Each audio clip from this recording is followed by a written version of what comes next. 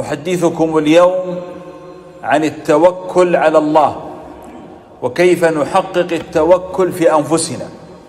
كلنا محتاجون لله عز وجل في تدبير أمورنا، ومهما بلغت حكمتنا وخبرتنا ومعرفتنا وعلمنا فنحن نبقى قاصرون محتاجون لعون الله رب العالمين.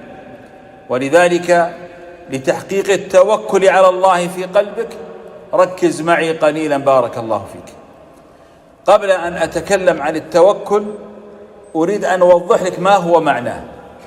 معناه هو تفويض الأمر إلى الله، بأن يدبر الله تعالى أمورك مع فعل الأسباب التي تساند هذا التوكل. إذن هو تفويض. أنت عندما تذهب إلى المحكمة وتوكل أحد فمعناه أنك وكلته أمرك، يتكلم باسمك ويتصرف باسمك، لله المثل الأعلى. هذا هو التوكل على الله عز وجل بمعنى بسيط مختصر. طيب، من أجل أن نرسخ مفهوم التوكل سنأخذ مثال على فعل النبي صلى الله عليه وسلم لكي يرسخ في ذهنك وتطبقه في حياتك. لما أراد الرسول صلى الله عليه وسلم أن يهاجر، قبل أن يهاجر حدث له أمر عظيم وهو المعراج. عرج الله به من مكة إلى السماء السابعة إلى سدرة المنتهى في ليلة، وأعاده في نفس الليلة. إذن الآن الرسول صلى الله عليه وسلم هنا يؤمن أن الله قادر على أن يذهب به إلى المدينة في طرفة عين، أليس كذلك؟ فهو عارف بربه ويعلم أن الله على كل شيء قدير. لكن مع ذلك لما أراد أن يهاجر ماذا فعل؟ علمنا كبشر، لأنه هو بشر مثلنا، علمنا كيف نتوكل. أولا قام بفعل الأسباب، وهذا التوكل أول شيء تعمل فعل الأسباب. قبل أن تبدأ بفعل الأسباب تبدأ بالاستشارة. قام يستشير أصحابه، أين الطريق الجيد، كيف نفعل، من أراد أن يصل إلى المدينة كيف يحصل على دليل. بدأ يستشير، ثم بعد ذلك بعد أن استشار وحقق ما يريده من معلومات انطلق إلى غار ثور، لأنه يعرف أن الناس لن يتركونه يهاجر ويريدون أن يقتلوه، بل قد وضعوا جائزة لمن يحضر محمدا صلى الله عليه وسلم حيا أو ميتا 100 من الإبل. 100 من الإبل في ذلك الوقت تعدل شيئا عظيم، ملايين، فهي جائزة مغرية. من أجل ذلك ماذا فعل؟ أولا قبل كل شيء اشترى من أبي بكر راحلتين، وجلسوا يعلفونها 3 أشهر من أجل أن تكون قوية سمينة تستطيع أن تتحمل السفر وسريعة. وبعد ذلك انطلقوا إلى غار ثور، وغار ثور عبارة عن جبل ثور، هذا جبل كبير وفيه مجموعة من الغيران وليس غار واحد، والذي يبحث عن أحد فيه سوف يأخذ وقت طويل من أجل أن يصل، يعني يمضي الشخص الذي تبحث عنه يهرب منك. وجلس هناك فترة من الزمن، كانت أسماء بنت أبي بكر تحضر لهم الزاد، وكانت إذا مشت يمشي خلفها الغنم من أجل أن يمسحوا أثرها، فتحضر له الأكل فيأكلون زادهم ثم ترجع أسماء. والناس علموا بأن رسول الله ليس بموجود، فبدأوا يبحثون عنه في كل مكان، بل إنهم وصلوا إلى نفس الجبل ووقفوا على نفس الغار، والرسول صلى الله عليه وسلم جالس لا يتحرك هو وأبو بكر، حتى إن أبا بكر يقول: يا رسول الله، لو اطلع أحدهم على موضع قدمه لرآنا. فيقول له النبي عليه الصلاة والسلام: ما ظنك باثنين الله ثالثهما، خليك واثق بربك يا أبا بكر.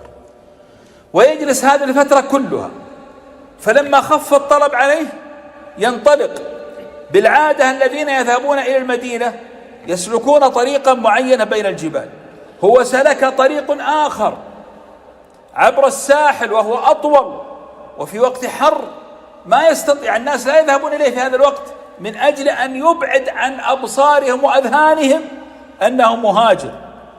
ثم بعد ذلك ينطلق مستعينا برجل من المشركين يعرف الطريق.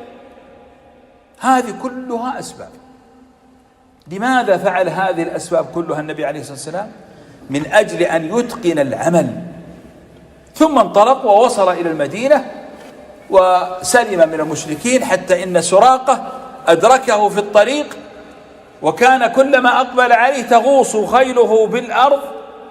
ثم بعد ذلك يبشره رسول الله صلى الله عليه وسلم بشيء عجيب ويقول: يا سراقة، ما بالك إذا لبست سواري كسرى. شوف الثقة يا أخوان، هذا مطارد الآن، والذي يطرد خلفه لو مسكه سراقة لقتله، ومع ذلك لأنه واثق بوعد الله وأن الله متم نوره ولو كره الكافرون يواعده بسواري كسرى التي ستتحقق ولو بعد حين.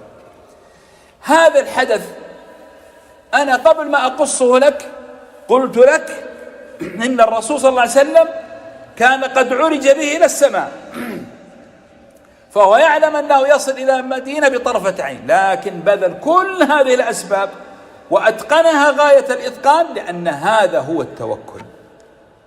فإذا أردت أنت أن تحقق التوكل في قلبك، أولا تستشير.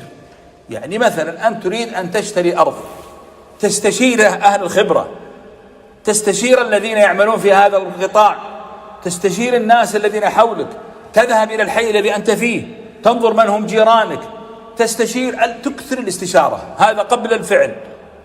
بعد أن تستشير تستخير الله.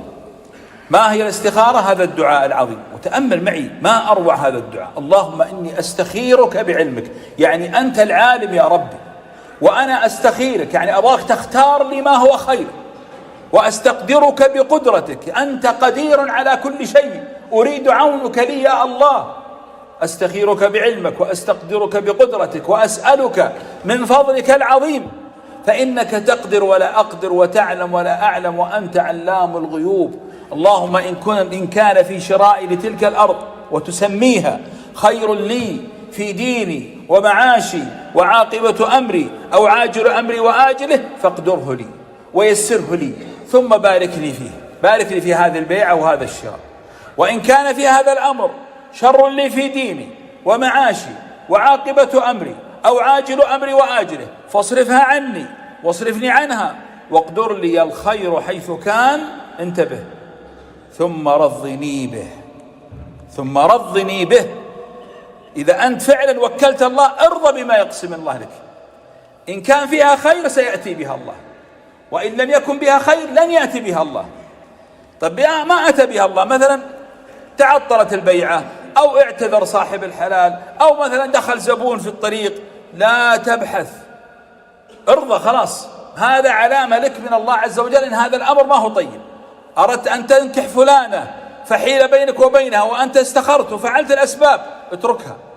أردت أنك تسافر سفرة ما وفعلت الأسباب واستخرت ثم لم تتعطل سيارة، لا تسافر، خلاص هذه علامة لك من الله. الله عز وجل يعطيك علامة، يصرفك، يعني يقذف في قلبك كره هذا الشيء وحب هذا الشيء. فإذا أنت أبيت وأبيت وأبيت، عندها يكلك الله إلى نفسك. خلاص أنا اخترت لك وأنت ما اخترت اللي تبغاه، روح. لا أنسى امرأة وقعت ابنتها من الطابق العلوي إلى السفلي، فدخلت في غيبوبة، فكانت تقول اللهم رد لي ابنتي. كانت أختها تقول قولي اللهم ردها إن كان في ذلك خير لي ولها. قالت لا، أبغاه يردها حتى لو لم يكن فيها خير لي ولا لها، واستمرت بهذا الطلب من تعلقها بابنتها. فلما شفى الله ابنتها وسلمت، إذا بالبنت الآن تعيش لديها تخلف ذهني ولديها شراسة، حتى إن الأمة الآن تقول يا ليتني قلت إن كان في ذلك خير لي. وكلوا الله يا إخواني، فوضوا الأمور إلى الله، استخر، افعل الأسباب. ثم إذا فعلت الأسباب انتبه، اتقنها غاية الإتقان. انتبه، ذي كلمة مهمة، اتقنها غاية الإتقان، يعني أحسن إتقان، لكن لا تتعلق فيها. مثلا أنت تريد تسوي عملية فتذهب إلى، قالوا لك والله المستشفى الفلاني والطبيب الفلاني وهذول عندهم خبرة، خلاص الآن هذا بين الأسباب، ذهبت إلى هناك.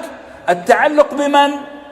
بالله وليس بالطبيب، لأن الله يقول أنا عند ظن عبدي بي، فالله ينظر إلى قلبك، أنت متوكل على الطبيب ولا على رب الطبيب؟ فالسبب لا تتعلق فيه، اتقنه لكن لا تتعلق فيه، وقس على هذا في كل حياتك. إذا أنت عملت هذا الأمر فقد أديت الذي عليك.